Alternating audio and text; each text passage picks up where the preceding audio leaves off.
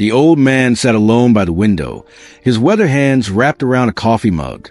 Deep scars etched across his face caught the evening light as he observed three young men harassing a waitress at the next table. Roy Wilson preferred this corner table at Emerson's, a high-end steakhouse in downtown Austin.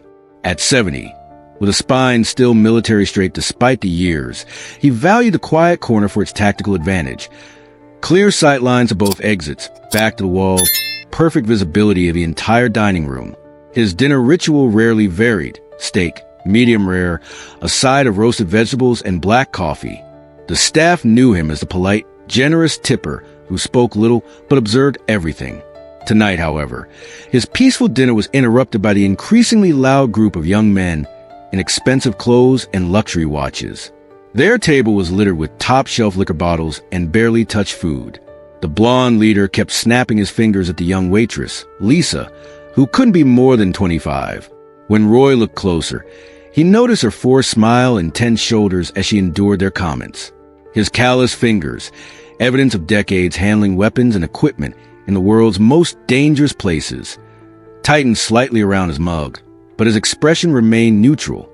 Years of discipline had taught Roy to assess before acting, so he watched and waited.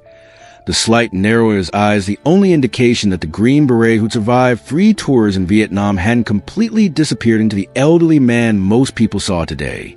"Hey, sweetheart, when are you getting off?" The blonde leader called out, his words slightly slurred. "We've got a yacht at the marina. Someone like you should see how the other half lives." Lisa maintained her professional smile. "Can I get you gentlemen anything else in the kitchen?" The second young man, sporting an expensive undercut, grabbed her wrist. "Don't change the subject. Jason asked you a question." Roy noticed how Lisa's smile faltered as she gently tried to pull away. "I'm working, sir. Please let go." "We're spending $2,000 on dinner," Jason said, not releasing her. "Least you could do is be friendly." Other diners glanced over, then quickly looked away. The restaurant manager, a thin man in his 40s, hovered nearby but didn't intervene. Roy set down his coffee, his movement deliberate as the third young man announced loudly, "My daddy owns half the waterfront. We can make things very good or very bad for a little waitress." The situation deteriorated when Jason accidentally knocked over his whiskey, splashing it onto Lisa's uniform. "Oops." He laughed as his friends joined in. "Guess you'll need to change. We could help with that." Lisa backed away, visibly uncomfortable. "I'll get something to clean this up." As she hurried away, Jason's gaze landed on Roy. "What are you looking at, old man?" Roy didn't respond, calmly cutting another piece of steak. "I'm talking to you, Grandpa," Jason called louder, turning his chair. His friend snickered. The undercut one spoke up.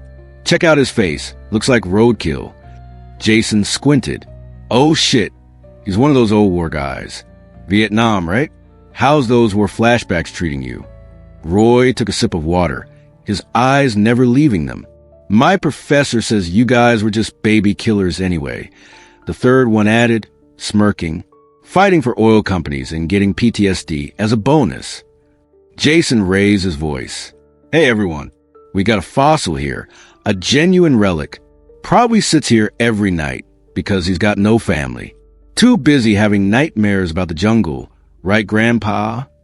Several diners shifted uncomfortably. An elderly couple at a nearby table got up and left. Roy's mind drifted briefly to a rice paddy outside Da Nang, 1968. His unit surrounded, radio dead, 8 men depending on his next decision. The panic he'd felt then had long since burned away, replaced by the cold calculation the Army had drilled into him and that Delta had perfected. He'd learned to control fear at 20, mastered pain by 22, and understood true discipline by 25. What these boys mistook for weakness, his stillness, his silence, had kept him alive in 3 wars and countless classified operations across 4 continents. He scanned the room again, noting positions, exits, threats, old habits. The training never left, even 50 years later. Roy wasn't concerned about himself. He weathered far worse than spoiled brats, but the young waitress had no such armor. He decided to wait. There was still a chance the situation might resolve itself, without his intervention. When Lisa returned with a towel for the spill, Roy noticed her hand trembling slightly. The manager finally approached Jason's table, but his peacekeeping attempt was brushed off with a casual mention of someone's father being a close personal friend of the owner. Roy's attention caught on Jason's body language, the way he positioned himself to block Lisa's exit, the subtle intimidation in his stance. Roy recognized predatory behavior when he saw it. A younger diner might have missed the signs, but Roy had interrogated terrorists and faced down enemy combatants. He knew aggression patterns, could read micro-expressions across a crowded room, could detect attention before violence erupted. His weathered hands remained steady as he methodically finished his meal. Other patrons might see a slow-moving senior citizen, but Roy was mapping the room, calculating distances, assessing threats and collateral risks, battlefield awareness that had become as natural as breathing. The breaking point came when Lisa tried to give Jason a check. "We're not finished yet," he slurred, now visibly drunk. "And neither are you." He grabbed her arm roughly, pulling her toward his lap. "Please don't," Lisa said, her voice breaking as she tried to pull away. Jason's friend stood up, blocking the manager's view. "Stop being such a prude. We're just having fun." Roy set down his napkin and carefully moved his plate aside. Jason caught the movement and snarled, "Mind your own business, you scarred-up old bastard." He released Lisa only to grab his nearly full whiskey glass and stand. "Here's to the forgotten heroes," he mocked, lurching toward Roy's table. "The used-up soldiers nobody remembers or cares about." He splashed the expensive bourbon toward Roy's face, amber liquid arcing through the air. "Probably can't even stand up without breaking a hip." Jason laughed cruelly. The whiskey never reached its target. Roy's hand moved with startling speed, catching the glass in midair without spilling a drop. The sudden movement, so at odds with his previous stillness, created an immediate silence. He set the glass down and slowly rose to his feet. Something changed in the room's atmosphere. Roy didn't raise his voice or make any threatening gestures, but his posture shifted subtly. His shoulders squared, chin lifted, eyes focused with laser intensity. Suddenly, the scars on his face weren't marks of age, but badges of survival. "That's enough," he said, his voice quiet but carrying a command presence that made everyone freeze. "I'm Roy Wilson, former Command Sergeant Major, 1st Special Forces Operational Detachment Delta." A middle-aged man at the bar straightened involuntarily. "I was among the unit's founding members under Colonel Beckwith," Roy continued, "and served as an operator and instructor for 27 years. A ripple went through the restaurant. Delta Force, the Army's elite counterterrorism unit, rarely discussed even decades later. The bar patron whispered to his companion, "Holy shit, that's Ghost Wilson." Jason faltered, suddenly less certain as Roy took a measured step forward, moving with the balanced precision of a man who'd spent decades in peak physical condition and maintained more of it than seemed possible at 70. Roy's approach was methodical, almost casual, yet contained unmistakable purpose. He stopped precisely at the distance a combat veteran would recognize, close enough to engage, far enough to react. "Your situational awareness is poor," he said conversationally to Jason. "You positioned yourself with your back to the entrance, blocked your primary escape route, and failed to recognize potential threats." The tactical assessment, delivered in such a matter-of-fact tone, was more unsettling than any shouted threat could have been. The restaurant had fallen completely silent. The businessman who'd recognized Roy's name was now standing at attention, almost unconsciously. An elderly woman whispered to her husband, who nodded in recognition. Lisa stepped back, sensing the shift in power. The manager hovered uncertainly, recognizing that something significant was happening, but not fully understanding what. Several diners had taken out phones, but weren't filming. Instead, they were searching Roy's name, eyes widening as results appeared. Whispers of Delta spread through the room. Jason's mocking smile faltered, then vanished entirely. His friends, initially poised to back him up, now seemed frozen in place. The alcohol-fueled confidence drained from Jason's face as he processed the impossible reality that he'd been taunting one of America's most elite special operations soldiers. We were just having some fun," he stammered, backing up a step. "Your behavior stops now," Roy said, his voice level but unyielding. Jason tried to salvage his dignity. You can't tell me what.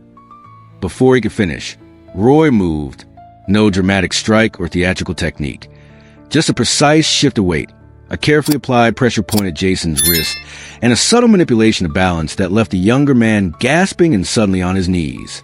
Roy hadn't even appeared to exert himself. Delta specializes in hostage rescue. Roy explained calmly, maintaining the hold with 2 fingers. That means neutralizing threats without harming civilians. We learn to control, not destroy.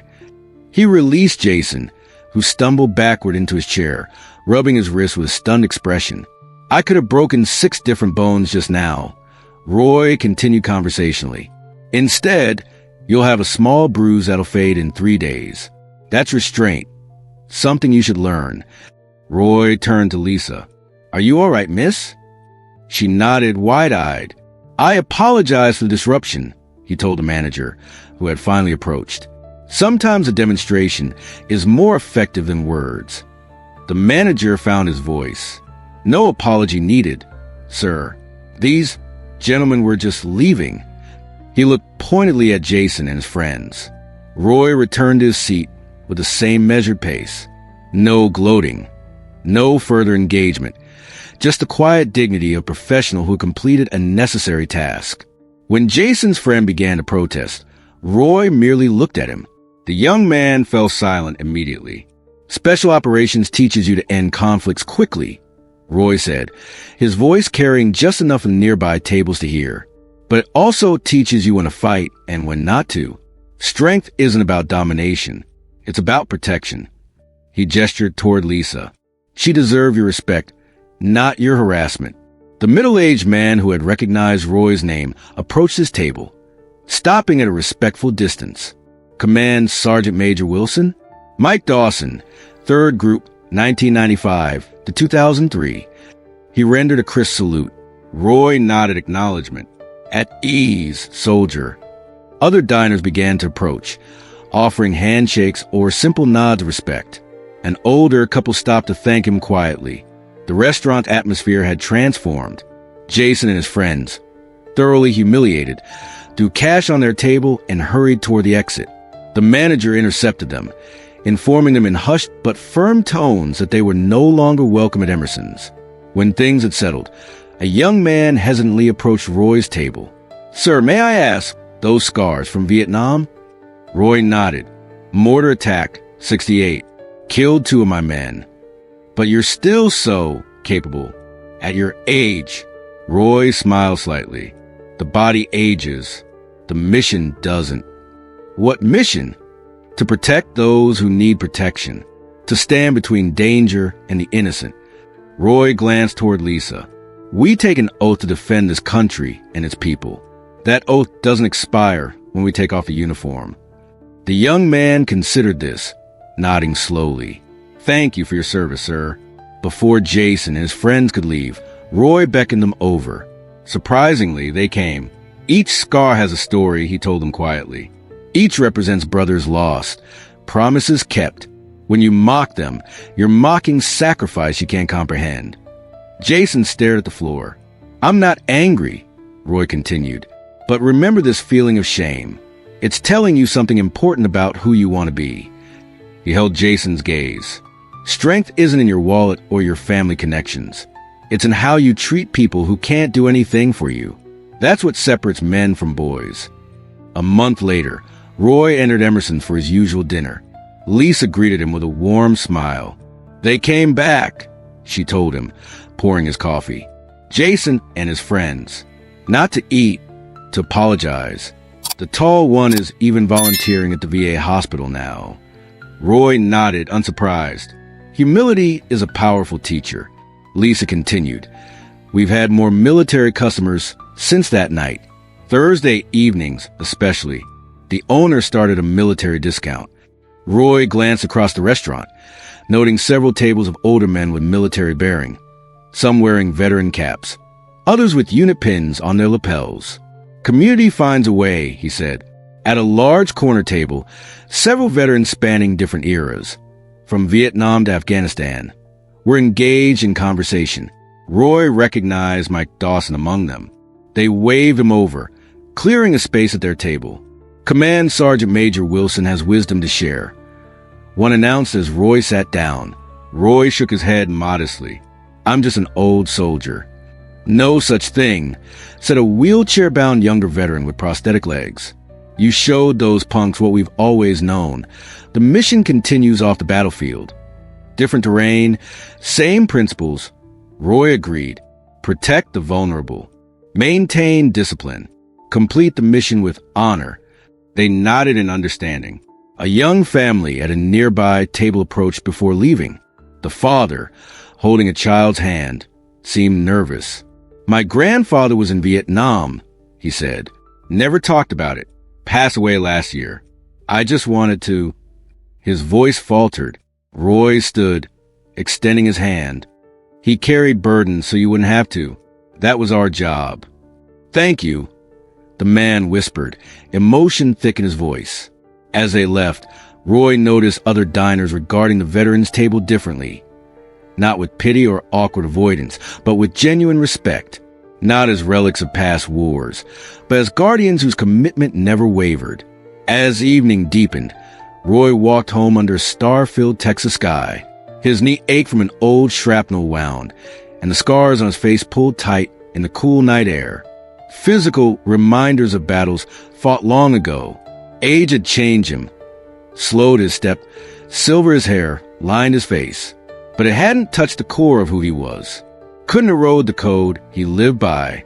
The world saw an old man, but inside lived the same warrior who'd pulled wounded comrades through jungle firefights, who'd led counterterrorism missions across continents, who'd never abandoned his post. Some things time couldn't take. Strength doesn't always look how we expect. Veterans like Roy continue serving long after hanging up their uniforms, standing for what's right when it'd be easier to look away. Do you know an older veteran who showed unexpected strength or courage? Share your story in the comments below.